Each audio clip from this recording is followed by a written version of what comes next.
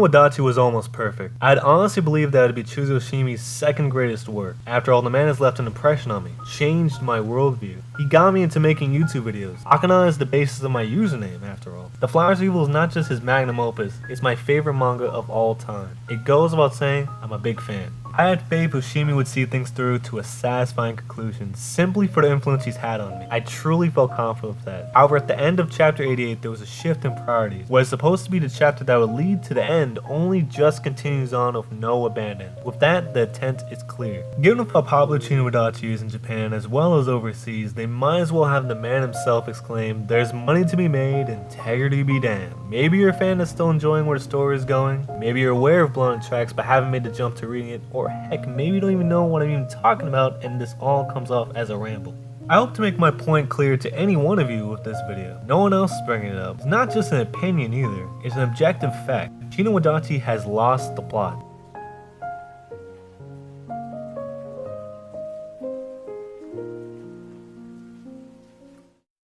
The foundation was at first solid. The summer as the story opens following the day of Seichi Osabe. He wakes up to a dawning mother, sets plans to eat out with friends. He's even a little cheeky with his school crush. Everything's peachy, just the regular life of a teenage boy. However, it's all an illusion, a facade hiding dark undertones. The cracks show early. The allure Seiko has to her son, how he's so obedient to her. These notable concerns carry us through to chapter 6 where both of their lives change forever. From there, it's a downward spiral for both Seichi's everyday life and mental well-being. The setup allowed Oshimi to lay onto the reader with a mother and son dynamic that's at times sexual, controlling, parasitic, and everything in between. You feel for the young man, feel for his plight. However, his shining light was always his aforementioned crush, Fukushi. They both have toxic relations with their parents, both seen the way they are treated, how it shaped them into the broken children they are today. They completely and truly understand one another. Despite his mother's attempts to keep them away, they are both drawn to each other and saved by one another, climaxing with a simple hug that, to them, alleviates all the baggage they've been carrying basically their entire lives. By then we were 82 chapters in, the ending is in sight,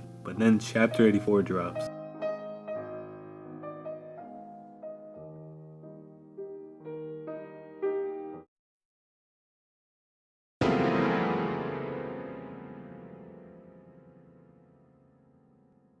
By the end of the previous chapter, Seichi remarks to Fukushi that it's begun to snow. Following suit, chapter 84 starts with him awakening in the middle of the night. Looking out the window, he sees the splendor of the snow-covered sky. With a smile on his face, Seichi heads outside to take it all in. The sightseeing is cut short soon after the appearance of Shigi. Let's pause here for a second. A few things to note.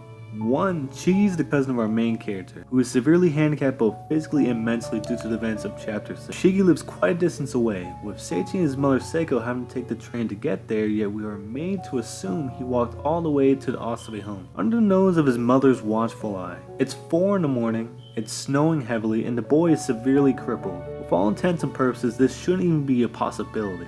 The sentiment within the community at the time was that this all had to be in Seichi's head, which goes in line with the events to follow. Starting back where we left off, Shigi walks away towards the mountain. With Seichi close behind, he tries to stop him. I mean, of course he can't just walk to that mountain. But what's this?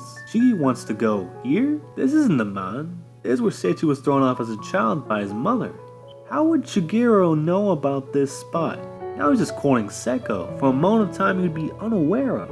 In the midst of all his incoherent yammering, Seichi cuts him off. Shigi, I won't leave you behind. I can't turn you back, but I don't think like that about you. I'm broken too. You don't have to stay half dead. As if speaking the words Sei has thought to himself. The surrealness of the situation as well as the conversation on the hillside only makes things clearer. That is to say that this is all in Seichi's head. It means he tackles internal baggage both with the events of the past and present. All a means of moving forward of his life. The rising climax of a character arc.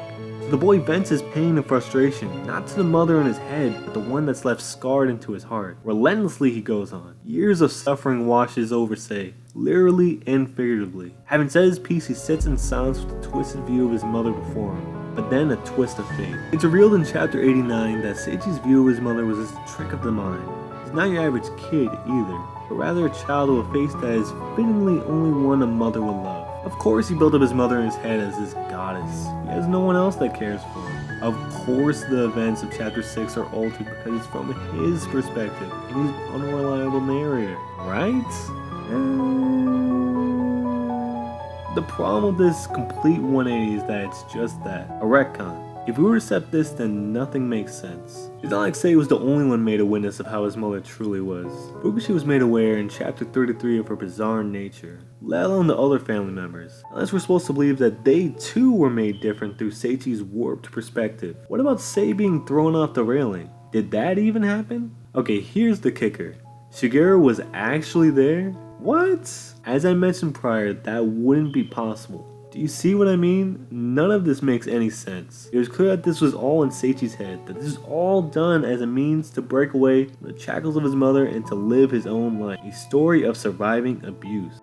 Now it's all just made up to drag the story forward, in the process retconning even more of already established truths as it goes along. I'll save my thoughts on that after the story is complete. However, this was an eye-opener for me. Despite what Chuzutsuhime has left for me, for us, with Akanohana, he's still just a man. Wadachi is way bigger than the Flowers of Evil ever was.